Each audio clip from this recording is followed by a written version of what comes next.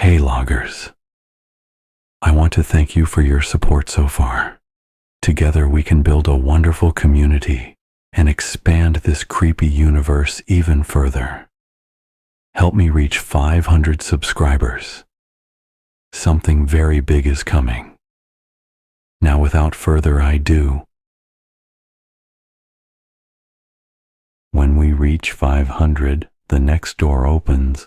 What waits beyond is something I can't face alone. Join the logs. Stay aware. Stay afraid. Let's dive into today's story. I first noticed the sound 2 weeks ago, just after moving into the apartment.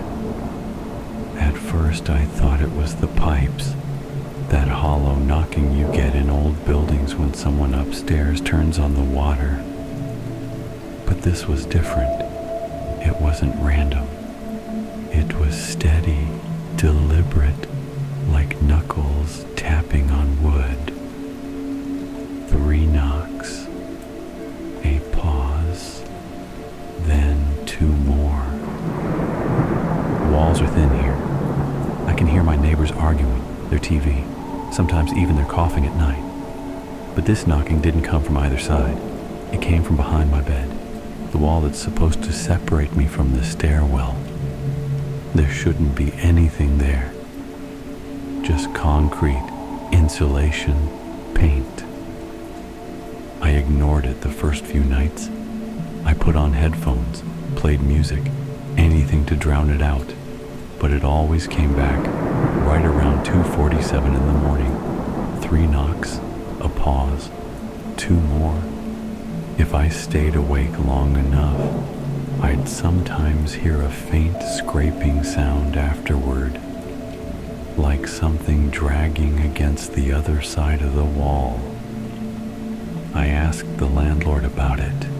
He laughed, said the building was old, shifting with the weather, probably rats in the walls, but I could tell he was lying. He wouldn't look me in the eye when I mentioned the exact time the noise happened. Last night, I decided to test it. I stayed in bed with the lights off and waited. When the knocking started, I knocked back 3 times, a pause, 2 more, exactly the same pattern. The response came immediately, not delayed, not random, immediate. Something on the other side copied me perfectly, and then for the first time, it changed. One long, slow drag of fingernails across the wall, right where my head rested on the pillow. I didn't sleep after that. Tonight it's already 2:30. I'm sitting here in the dark, typing this, staring at the wall. My phone is almost dead, and I'm afraid to plug it in because I don't want to look away when the sound starts again. I can already feel it. The vibration. Something is moving closer.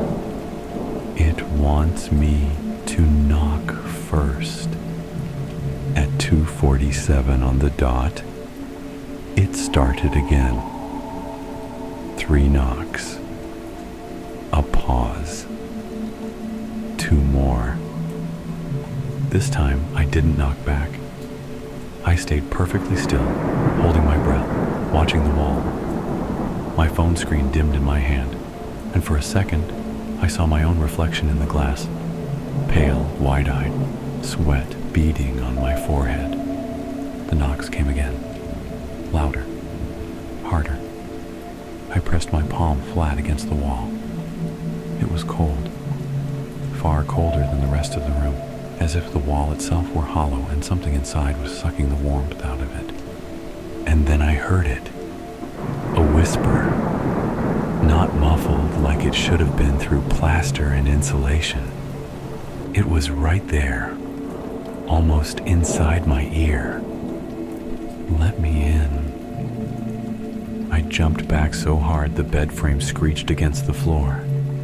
My phone slipped from my hand and clattered to the ground. The screen cracked, but it still glowed faintly. The voice didn't come again, but the knocking did. Faster now. 5, 6, 7 times in a row. The rhythm broke in, urgent. I didn't sleep. I sat in the corner of the room until the sun came up. And when it did, the wall looked different. The paint was bubbled and cracked as if water had been seeping through. But when I touched it, it wasn't damp. It was sticky. My fingers came back smeared with something dark. Not paint, not rust. Something thicker. Blood. I tried to call the landlord again, but he didn't answer. No voicemail either. Just silence. Tonight, I'm not going to wait in the dark. I've already dragged the mattress away from the wall and shoved it against the opposite side of the room. My back hurts from the weight, but at least I don't have to lie down right against that spot anymore. It's 2:46 now. I can hear something breathing behind the wall. At 2:47, the wall shuddered. Not the knocks this time, but an actual tremor, like something massive had slammed into it from the other side. Dust drifted from the ceiling. The lamp on my desk rattled. I froze, clutching my cracked phone in my hand like it could somehow protect me. The screen glowed weakly, throwing just enough light to show the wall across from me. The cracks in the paint had spread overnight. They spider-webbed outward, curling like veins. And from the largest one, something seeped. At first it looked like water, but water doesn't glisten that dark.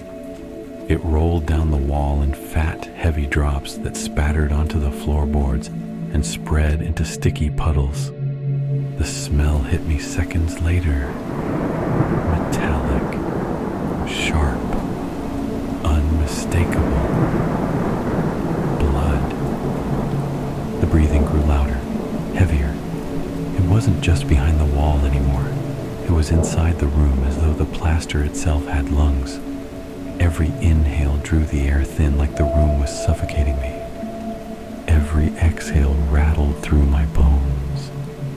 I backed into the corner, phone shaking in my hand, the glow casting wild shadows. Then came the sound that made me want to scream. Fingernails. Scraping not across the wall this time, but through it. The surface bulged outward with each drag, swelling and stretching like skin pressed from the inside.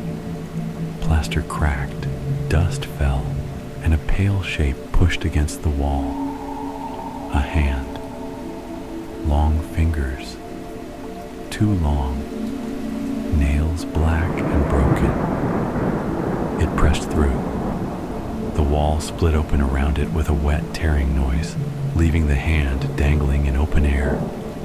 It was trembling, twitching like it didn't quite know how to work. The fingers curled, stretched, then slammed against the floor hard enough to leave shallow gouges in the wood. Another push. An arm. A shoulder. Something forcing its way out, inch by inch. I couldn't move. I couldn't scream. My whole body locked while I watched myself. My own face pushed through the wall. It was me, but wrong. The skin was waxy and colorless, the lips split and raw, the eyes rolled back into white.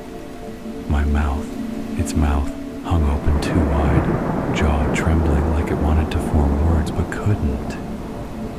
The blood dripping from the walls spattered across my floor, soaking into my socks, warm against my skin. The thing pulled half its body out now, hanging halfway between the wall and my world. Its chest heaved with that same slow, heavy breathing. It tilted its head, neck cracking as it turned toward me, and then it spoke in my voice. "You shouldn't have knocked."